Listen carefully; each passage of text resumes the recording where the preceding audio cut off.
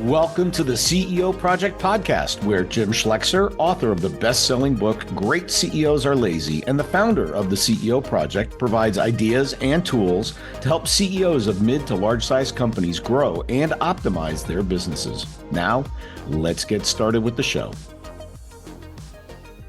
Welcome, everybody. Jim Schlexer here. I am your host and the founder of the CEO Project. Trying to get your message out is a big part of our business, right? I mean, obviously, we want a product that aligns to what customers want. We want to have an identified customer base. But even more importantly, we want to try to make sure that our customers understand what we do. And that is not easy. And it's changing. And it's going to change even more. Well, it turns out today I've got an expert in this particular topic, and particularly helping clients move in a certain direction in terms of behaviors. Because a lot of times when we're launching something new, we're really trying to change and interrupt a pattern of behavior into a new direction. And my guest is an expert on that. So Tim Berney is the CEO and founder of VI Marketing and Branding, multi-million-dollar independent agency known for creating behavior-changing campaigns that drive measurable success. With decades of experience in marketing and branding, I think I just called you old, Tim. Tim has led VI to become a nationally recognized firm, helping businesses scale through strategic innovation. His expertise spans brand development, market growth, and leadership in an evolving digital landscape. Welcome, Tim. Yeah, thanks. My pleasure to be here. And, facts are facts. If I'm old, I'm old. So, well, welcome to the club. So it's better than the option. So how did you get into this space of communication, marketing? I mean, I don't think too many kids when they're growing up go, you know what I want to be is I want to run a marketing agency. Yeah, maybe you did. I don't know. Well, almost accidentally. I will say that I had my very first job mowing lawns when I was 10 years old, and I had to go out and get my own neighbors' lawns to mow. But really, when I started having legitimate jobs at the age of 15, 16, my mind always went to how can we get more people to come in here? Like I sold clothes during the preppy days and things like that. And so my mind went there, and I pretty much knew when I was a business, just general business major in college in the beginning. And when I took my first marketing course, intro to whatever, I knew exactly then that that's what I wanted to do. Huh. And because that's just for whatever reason, how I thought. And so when I was trying to figure out what I really wanted to do, I literally came across an ad in the newspaper in the the what? The what? Yeah, this is 1988, I guess, or 89. And in the wanted ads, we call them, for a television media buyer. And so this company specialized in clients that nobody else wanted, small advertisers that could actually be on TV. They just didn't know that they could be. And I liked it a lot. And because it wasn't just buying, it was like, what's the strategy? What's, who's the target? What's the message? I'm a pretty curious person, so I did pretty well at it, I guess. Nice. Well, I think, when you're in a smaller organization and you're dealing with smaller companies, a 23-year-old might actually have some insights interesting to them, right? Right. So, at some point you said, hey, I'm going to do this on my own. What inspired you to exit this, sounded like a fun job? Yeah, well, it wasn't intentional. The guy I was working for wasn't paying his bills. Well, that'll do it. And so he came to us one day and said, I'm going to move to California and go build windows or something with my dad. And I'm like, well, I'm not. Let's talk about how I might acquire this company. He said, you don't want it. And I didn't know why. But I was able to, I was able to establish my own LLC and go to the clients that I had been working on and say, this is what I'm going to do, and would you come along? And they did, to the tune of $1,300 a month in gross income. Woohoo! Where did you spend it all? Yeah. So I still had I had to wait tables for the first 3 or 4 months, honestly, to Wow. supplement my income until I got a couple more clients and could Yeah. afford to, you know, spend those evenings instead of waiting tables, still working on the ad business. Yeah. Boy, this is, I talk to people who are like, you're a 20-year overnight success. And, they look at you on the evolved side of that equation and they go, oh my God, look at you, got this great business and doing so well. You're like, yeah, you weren't here when I don't know how I was going to make payroll and I was waiting tables on the side. And, Yeah, you got to do that in order to get there. yeah. It's part of earning it. So We have what, this saying that I told the agency not too long ago, because we had a sort of a hiccup in the organization. And I said, look, we started with one chair, one phone, one desk. Hmm. And if we can get here from there, then we can overcome this current hiccup. That's a great story. We've got one client we work with. They've got pictures. Him and his wife started the business, and they had a door on top of two low filing cabinets, and that was world headquarters in the beginning, right? So I think We're everybody's like, got a story like that. yeah, So where do you specialize, or do you specialize in? Because this is a gigantic space, right? Between the clients available and the services you can offer, and it's massive. So do you narrow down, and how do you think about that? well, we do, and that sort of has evolved over the years. We were a very early adopter of modern branding and sort of developed a process that we found to be very successful. We're very early on into digital and built a really successful digital media practice. Um, but today we consider ourselves behavior change experts. Yeah. And we are considered nationally to be one of the premier behavior change organizations. It So used to be called, help me understand that. I mean, I framed it as launching a product and trying to change, a not in kind offer, right? So that they have to change behavior to consume it. But I know you've done a lot of other behavioral changes. So when you say that, what do you mean? so behavior change used to be called social marketing. Okay. It's a science. And when social media or social media marketing came about, we sort of had to change the terminology. But behavior change is moving society along from one behavior to another. Oh, And okay. the easiest, and we apply it um, to both public sector and to some extent in private today. But if you think about seatbelts, when I was growing up, we didn't wear Oh, seatbelts as a hey, kid. half the cars I rode in didn't have them. Yeah, and then it became an encouragement, and then it became eventually became policy. Hmm. There today our clients are in energy conservation, tobacco cessation, highway safety, mostly text and drive, drink and drive. But there's 4 steps Yeah. as in the science. First is bringing awareness to the issue. The second is changing attitudes and beliefs associated with the issue.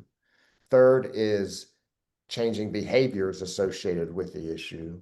And fourth is establishing new social norms.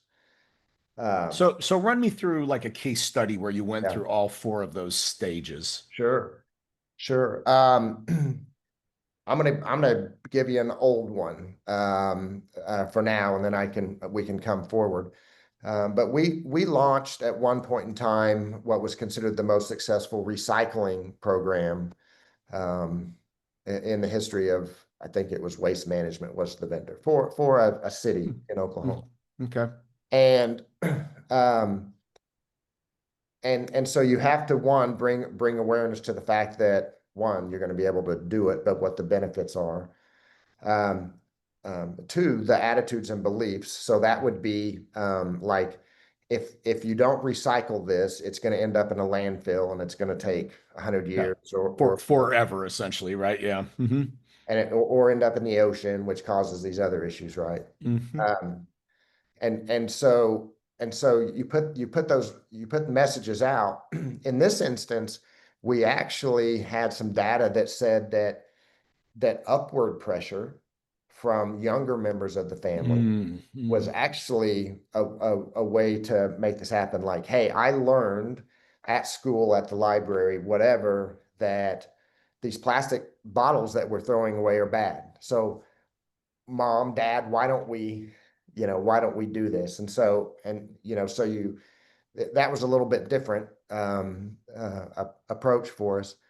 But eventually, you know, people do become to believe, well, that is better for us and all that. And then now the social norm is for a lot of people is that Recycle. your plastics and your glass go here and everything goes here.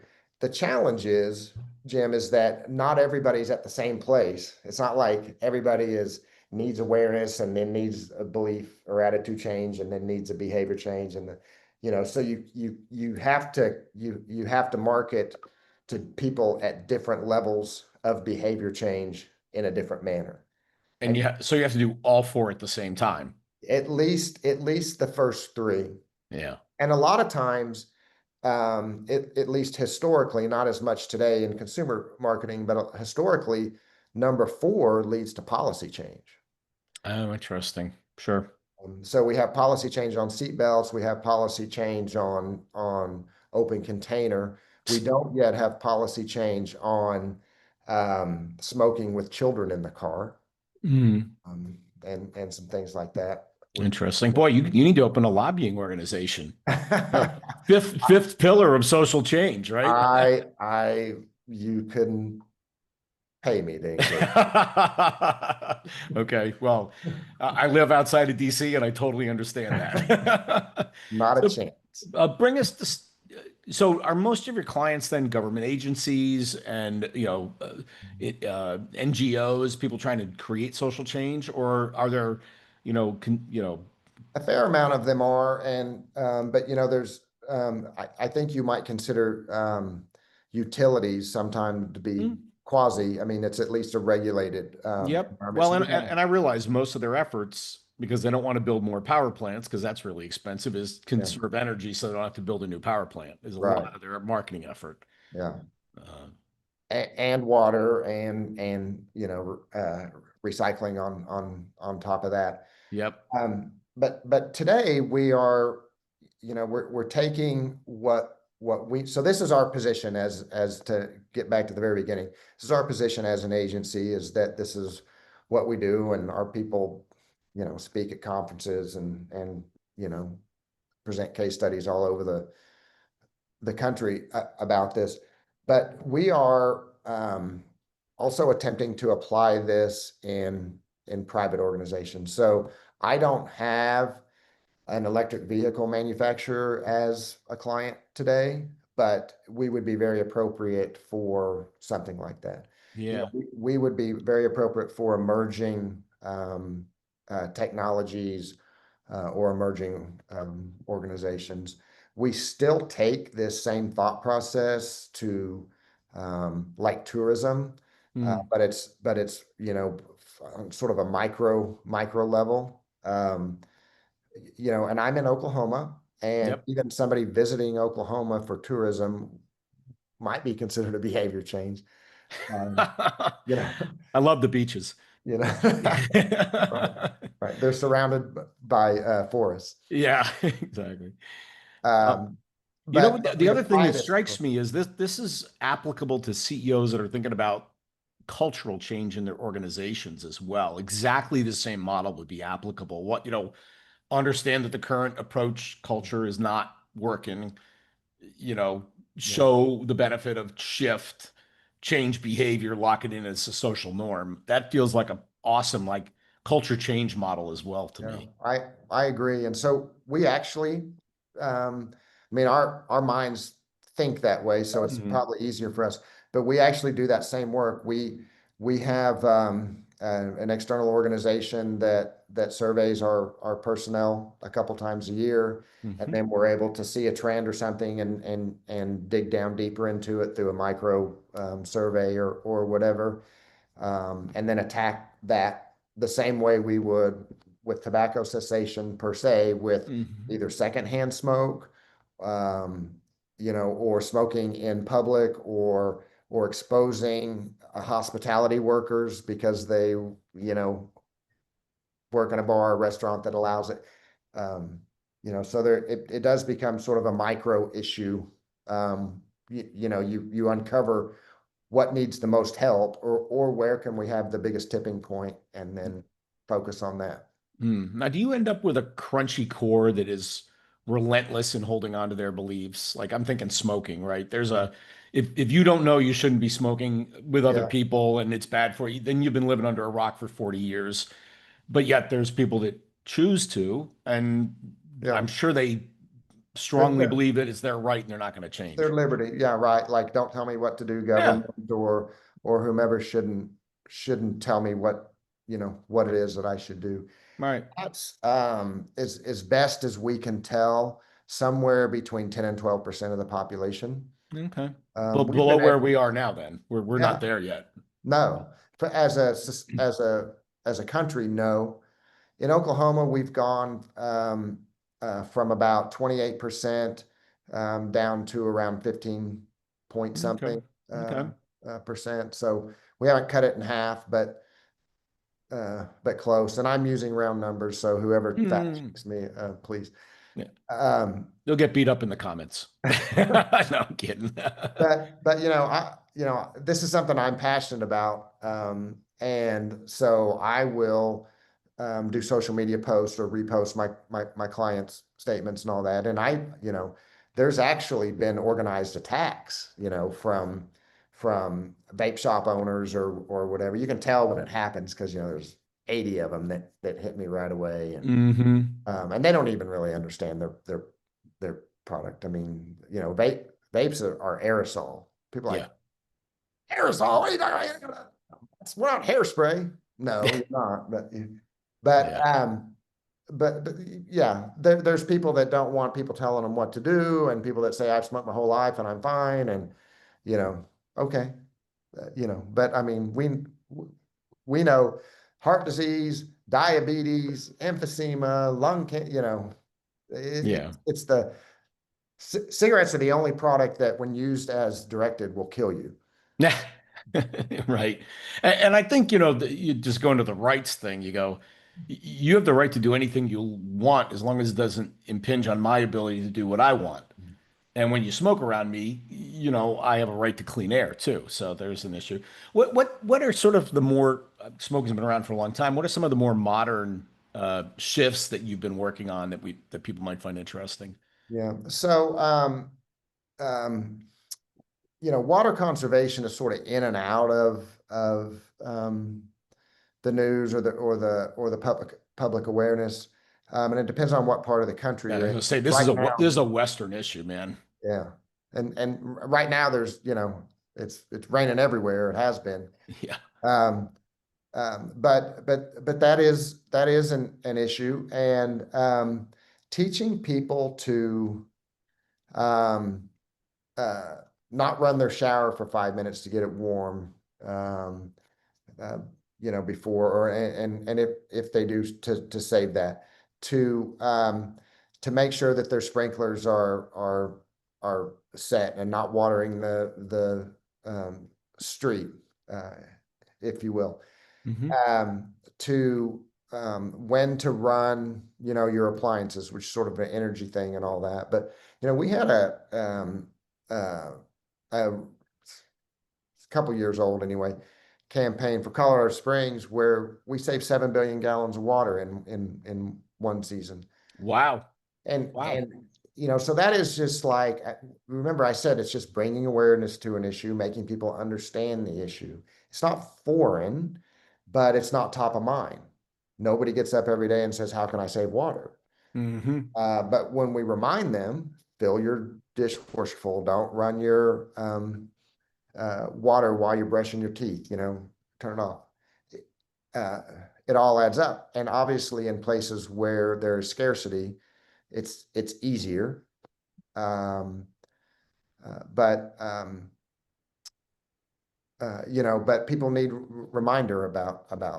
Yeah. Well, I love how you break it down into smaller actionable behaviors. Mhm. Like, well, I should just check my sprinklers. That wouldn't take me more than 5 minutes, and now I've done something good for the planet. They probably get this immediate like endorphin rush because I did something good. Um, We talk about, Jim, about there's a term, behavior modeling, or modeling the behavior that you want people to take. yep. So it's pretty simple. Um, and there's an empathy to it too. It's not like admonishing people Hmm. for it, or admonishing somebody even for smoking or whatever. That's not what works. It's an empathy message. Nice. Just thinking about recruiting. I mean, you have such purposeful work that you do that Mhm. I imagine you have a line at the door of people that just want to join the cause and jump in because it makes a difference, right? Yeah. So, Well, how's your recruiting picture? And yeah, that is true. There are a lot of people, um, and this comes through those semi-annual surveys that we do, work at BI because of the type of work that it is that we're sure, I can imagine. Yeah. in doing. And let me tell you, we have a Mexican QSR chain as a client, and we have a bank as a client, and some, for-profit organizations.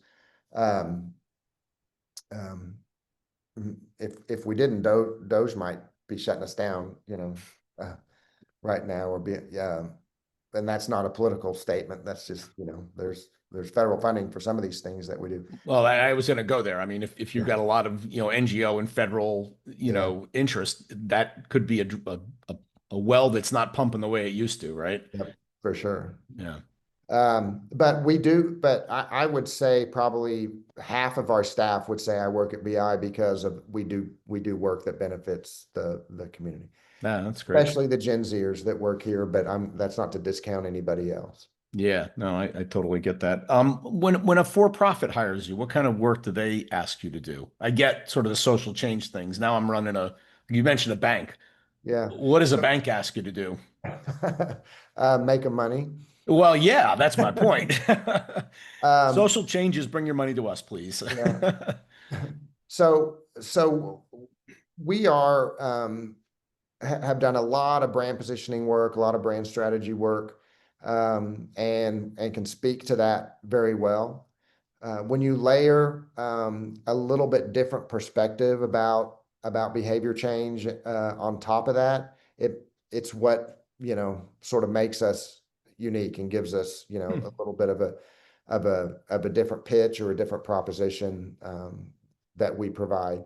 But I mean, we don't call ourselves an ad agency, but I mean, a lot of people hire us as an ad agency, just Yeah, to be really honest. And we have a very large paid media team, and it's people that appreciate that and want to take advantage of that too.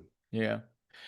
What have you seen changing in channel, particularly on the digital side? Because it still feels like the wild, wild west, and it changes about every 3 weeks, as far as I can tell. So, what do you see Yeah. the dynamics there for people that do a lot of digital work? So I suspect everybody would have a different answer to that, but social and streaming for the most part. So the targeting on paid social is better than targeting on click ads and things like that because they're self-reported data. Sure. When I fill out a profile and we join groups and express interest in things in the social channels that we use, and so automatically we're farther down in the funnel. Hmm. And and then those clicks can show intent.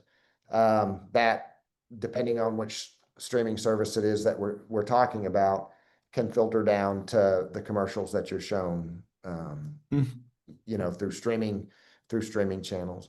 But the value of social and paid social, and the amount of content needed and necessary to reach those different micro targets is crucial, I think, to marketing. It's beneficial to agencies because we're getting to produce more content than Mm. it might be cheaper, short-lived and lo-fi, if you will. But that's an agency service versus paid media. Hmm. So to some extent, for our industry, we've exchanged paid media dollars that might go to a vendor for production dollars that stay in-house to produce content. Not all Got it. of it, but there's, Yeah. Well, no, I can see that the content I mean, I think back to the days when I was doing print ads and had a photographer in for a day and post-production processing, and like you yeah, just don't do that anymore. Not yeah. like that. Not all day anyway. We Yeah. like to do those things, and they are necessary for big brands. But whereas I have maybe four people doing sort of some of that big time production, I've got eight or nine people doing lo-fi content. Yeah. Quick stuff. Mhm. Um, What about AI? So it feels like a lot of the things you do. So, for example, like ad replication and variations, and we're going to go do King of the Hill in our digital media strategy to see which is the best, Yeah, color, headline, graphic to get maximum return. yeah. That feels like a job for AI, but yet you probably have people doing it. How is AI impacting this business, and how do you think it will over time?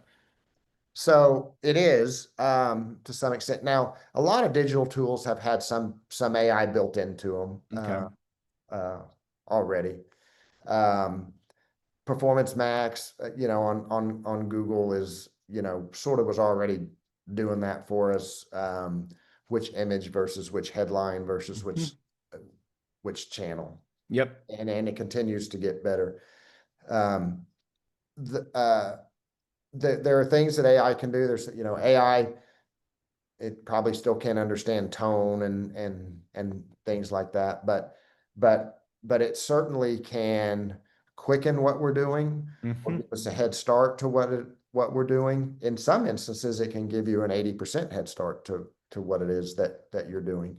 So, for people to say that AI is not going to cost anybody their job, that we all looked behind the curtain and said, okay, we lied.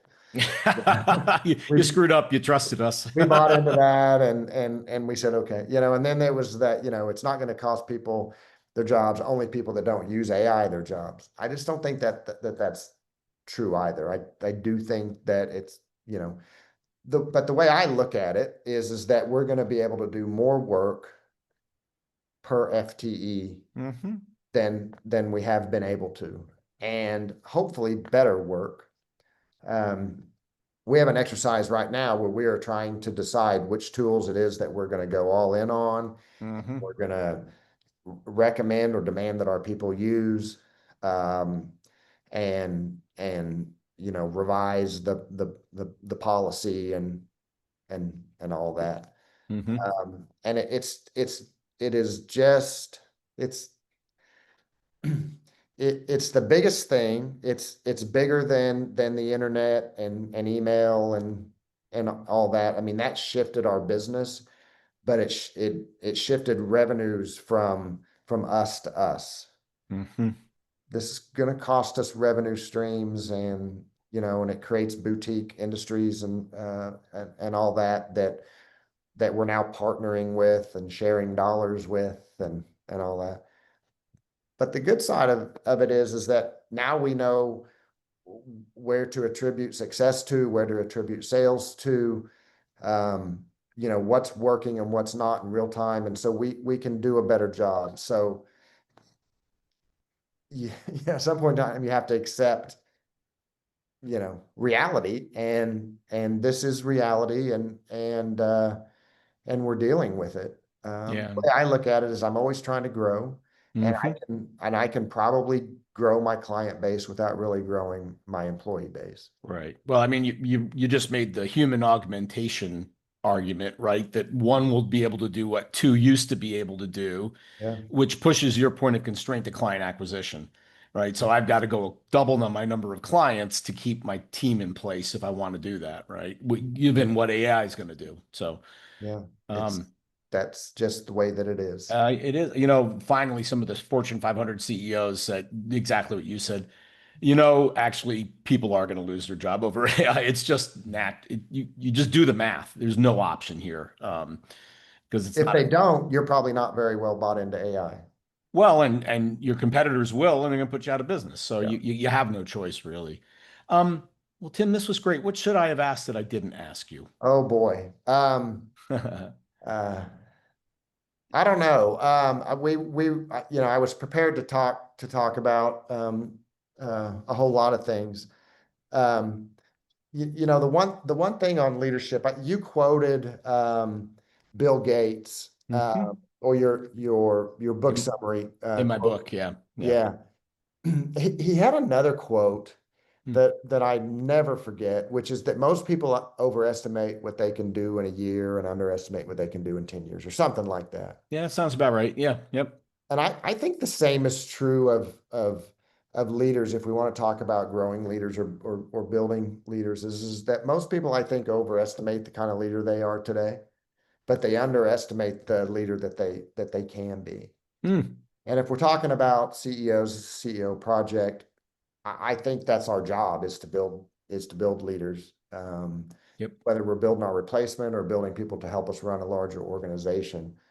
Um, and and so I thought that might come up. Hmm.